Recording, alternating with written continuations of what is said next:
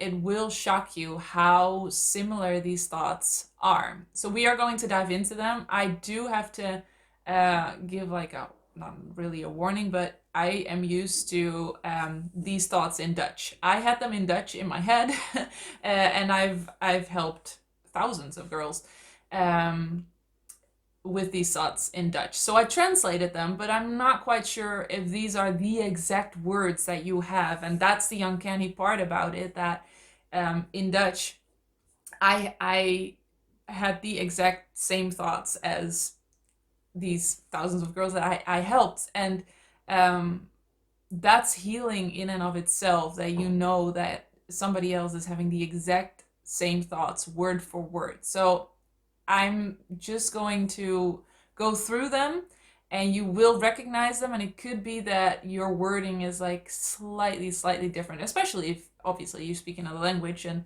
that's the language you usually think or obsess in. And we're also going to talk a little bit about where they come from and how to heal them, of course, because I want to help you heal them, and I want to help you find the peace that is already there. So, obsessive thoughts. The first one, we're just gonna dive into them, is am I fooling myself? Am I fooling myself in thinking that this relationship is the one while it's not? And this is such a hard one to have, because this is like eating away at your self-trust, and it's like it actually comes from not really trusting yourself. So am I fooling myself? Is this relationship just not right for me and I just don't see it, like I'm blind to it? And this can come back and back again and again, just when you start to like open up and surrender to the relationship. All of a sudden this thought pops back in and says, but wait, are you sure? Like, aren't you just fooling yourself and this relationship is just not right? This thought can also come when you are experiencing fear or anxiety, and your fear brain is going to search and find a reason for you to be so fearful and anxious. And it's going to say, it's your relationship. You just have to break up. You are fooling yourself by thinking this is right. You are fooling yourself by thinking this is a fearful avoidant attachment style. This relationship just isn't right. You have to break up. And that makes it really hard to heal the fearful avoidant attachment style if you get pulled back into this thought again and again. So that's the first one. The second one, and this is maybe even the most common one, is, do I love them enough? And this one has a lot of variations, but it all comes down to, do I miss them enough? Do I love them enough? Are my feelings intense enough? So what can happen is that you actually compulsively check your feelings. I so remember in the beginning stages of my relationship with Arjen, who was then my boyfriend and now my husband of 13 years, or we've been together for 13 years. He's been my husband for 7. I remember that constantly I would check if I felt enough when I thought of him, when I saw a picture of him, when I saw his name, when he was calling me, when he came to see me. All the time I was just checking if my feelings for him were intense enough. And it was so frustrating, because sometimes I would feel something and I was like, oh, thank God I feel something. So that means that I am feeling enough. But that would last like a millisecond. And then my fear brain would come on and say, yes, but it's not intense enough. It's not long enough. And it's also not there for long periods of time. And shouldn't you be in love all the time? And when I was feeling especially anxious, I would search for pictures of him. I would like stalk his Facebook and I would have these few pictures I would just constantly click on and check if I still had any feelings, like feelings of attraction or just missing him. Um, and this is actually a compulsion. So I will mention this more, but obsessive thoughts, if you have them a lot and they are actually interfering with your daily life and debilitating in a way, can actually be a relationship OCD. You might have heard of it. and you might not. A lot of fearful avoidants actually have, and I'm gonna say, tendencies of relationship OCD. And I think also, or I know, there's actually research. I never want to say I know unless there's research, but I just remember there's research I read that when you have a fearful avoidant attachment style, you have a higher chance of relationship OCD, which you can heal, by the way. Before you think, oh my gosh, that's a label and now I'm going to be doomed forever. That is so not true. You can heal that. I had it for 5 or 6 years really intensely, and I do not have it at all anymore, and I'm married to the same guy. So I just want you to know that. But that compulsively checking your feelings is definitely one of the signs, can be one of the signs of relationship OCD, and is something that a lot of fearful avoidants will recognize, even when it's not relationship OCD, because that's definitely not a black and white thing. You can have tendencies and not like actually be diagnosed by a professional with relationship OCD. But that might be an obsessive thought. You recognize, do I love them enough? Do I feel enough? Do I feel intensely enough for long enough periods of time? And the hard thing about this is that it never is enough. Like, either it's not intense enough, either it's not long enough. So you have this standard for yourself where your feeling has to abide by or adhere to, and you never really fully get that because, and this is like a whole different topic for maybe a next video, but you actually are so afraid of feeling more. And this is crazy because on the one hand, you're obsessively wanting to feel more, it feels like, but on the other hand, you're actually super scared of feeling more, so it will never be enough. Okay, but that's a topic for another another video. Focus, Polly, focus. Third obsessive thought you might recognize. Isn't my intuition telling me I should break up? Whew, the word intuition, I remember, could just set me off for days. It would just kickstart my fear brain like nothing else. And I was just so afraid that there was something inside of me that would tell me that I had to break up and I didn't have a choice. And I didn't want to listen to my intuition. I was so afraid that it was my intuition that gave all these fearful feelings and these thoughts. And there was a part of me that just wanted to stay with Aryan so bad that I just was so afraid that I would have to break up. I do have to say that it wasn't clear to me then that I actually wanted to stay with him so bad. A lot of times it was also, if my intuition is telling me to break up, then I actually have to break up and I'll be alone and I will never find somebody, so I have to be in this relationship. But then I'm only in this relationship because I'm afraid of being alone, and that's not a good reason to be in a relationship. And now I'm just fooling him and leading him on, which is also definitely an obsessive thought. Am I leading him on? And so I'm just not strong enough to break up, which means I'm weak and I'm a despicable human being. That will be like a typical ROCD or just fearful avoidant type thought circle that you might recognize. Let me know in the comments below. And I might come across as that this is like not a big deal. I definitely remember how heavy this felt. But I also want you to know that all of these thoughts were not true, were definitely illusions, and no thought has power over you. It's trying to. Your fear brain is trying to keep you safe, and that it's using a lot of powerful techniques, but it doesn't have power over you. So yeah, that was an example of like a circle that you could fall in as a fearful avoidant who might have tendencies towards relationship OCD.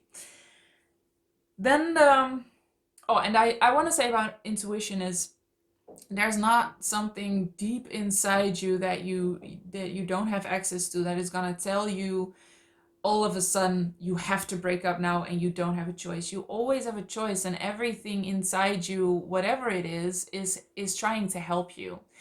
And your intuition is never fear. your intuition doesn't speak with the voice of fear. Your intuition won't demand things of you. Your intuition won't scream at you in your head. So that's just, and in the end I stopped calling it intuition and I just started calling it love source, which is much more what it is. It's just this source of unconditional love inside of you. And unconditional means that you get to choose whatever you want. You get to choose. And your intuition, if that even is such a thing, will help you get there. So that's very important to know, and to to know that there's not something inside you that's going to force or demand of you to break up. That is just a remnant of the past where you were used to, in whatever way, shape, or form, to be controlled, actually. And that demands were put upon you, and you had no choice. All right, now we're diving deep. Back to the obsessive thoughts. The fourth one is, what if I find out they're not the one after we moved in together, after we got married, after we had a baby? And this future thinking, it can also be so obsessive. So you're not in the present time at all. You're just far away in the future and assuming a whole bunch of stuff.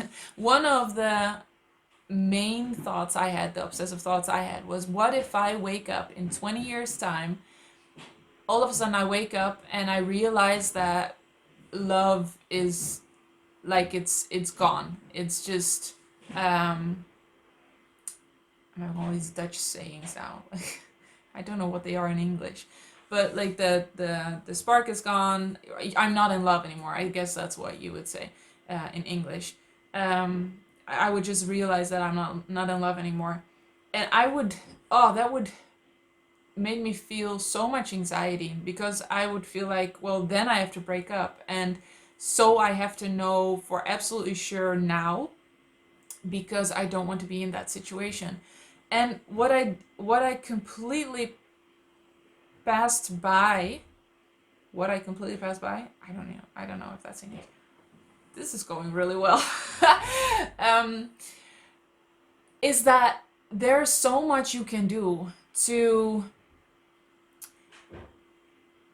make sure you don't fall out of love, if that even is a thing, because it's so normal and healthy to fall out of love, fall back into love, fall out of love, fall back into love. Love is not like this super constant thing that you always feel at a very high intense state. It comes and goes, it ebbs and flows. That's what normal, healthy relationships look like. You will not always feel intense emotions or feelings of love and attraction. And that's normal. Even in the healthiest and happiest relationships, that's normal.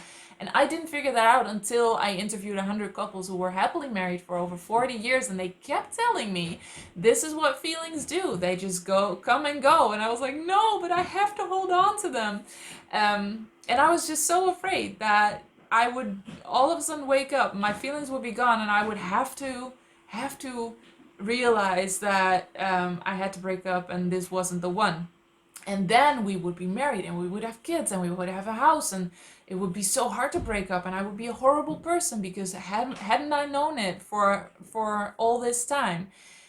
And this future super scared thinking actually points to so many things. But first of all, it's totally, completely your ego, like your fear brain, because it is in the future and you cannot know for sure what is going to happen at one point in the future, especially, and that's the second point, if you have so much influence over what is going to happen in those 20 years in between. Like, you are not a victim of your thoughts, you are not a victim of your feelings. It's not like you just live your life and then all of a sudden your feelings are gone forever. There are things you can do to keep that bond alive, and to keep your feelings, or to actually give space to your feelings and allow them to be there. There are so many things you can do.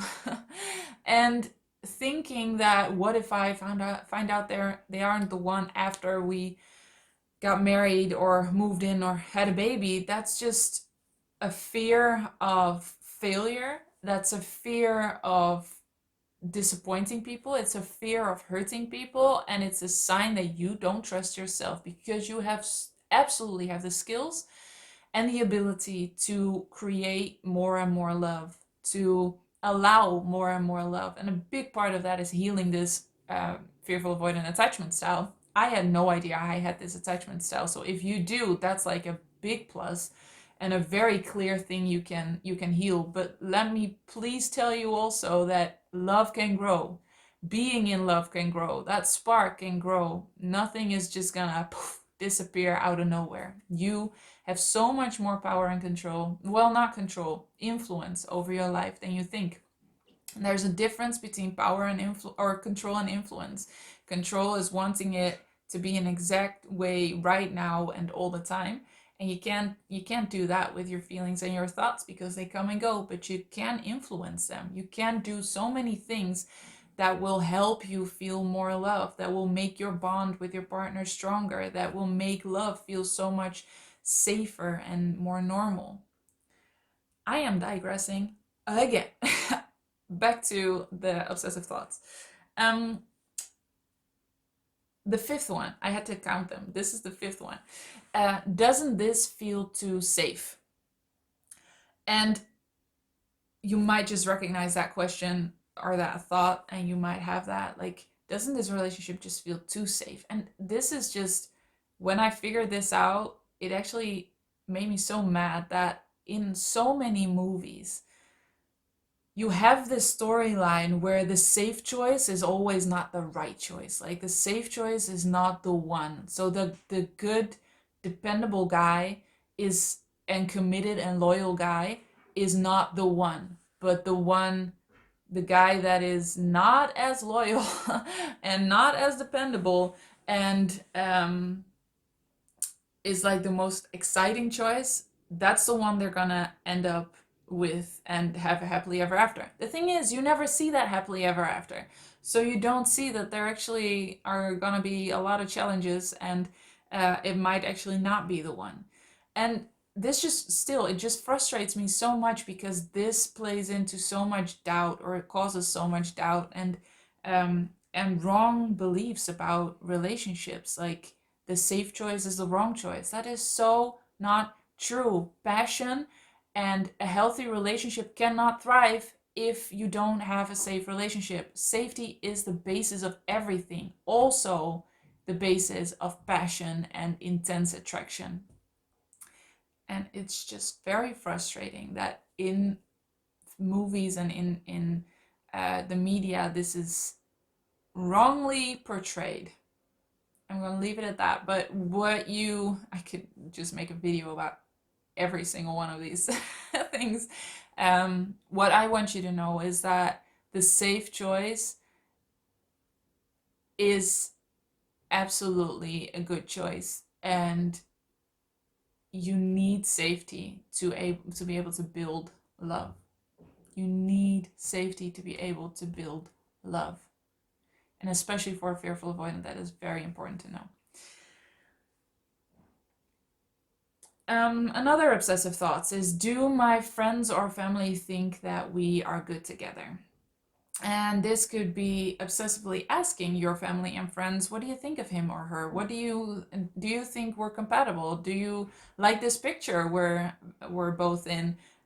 Do we look like a cute couple? Or you're waiting for them to say, oh, you're such a cute couple.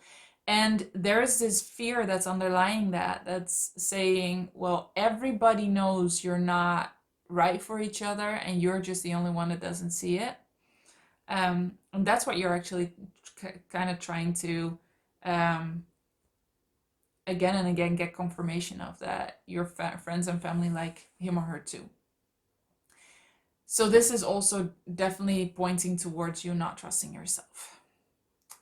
And yeah, was gonna go down a rabbit hole again. Not gonna do that, because this video is getting so long. I just want to help you guys so much. So the last one, the seventh one, is, what if I don't feel enough because I'm actually attracted to the other sex? This is also one that I had so many times. I was just so afraid that I was actually attracted to girls.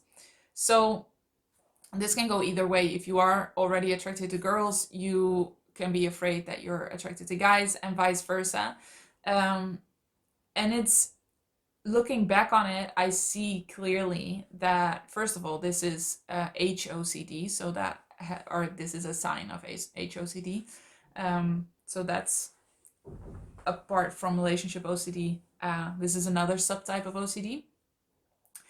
But looking back on it, I can so clearly see that if I would be completely gay, I would not have a choice but to break up with Aryan and be with a woman, which I didn't want. And this has nothing to do with like whether being gay or not. Like it's not about that I didn't want to be gay. It's just that I didn't want to have to leave Aryan.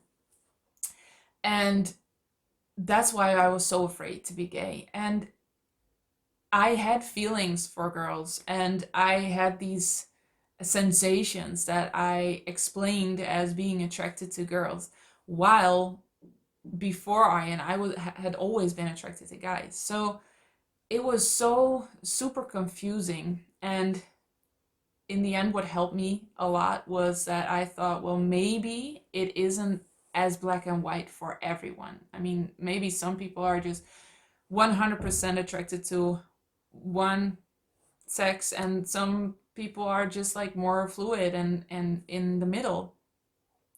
And this is like 13 years ago, so I think the term gender fluidity and all those beautiful terms weren't even there yet.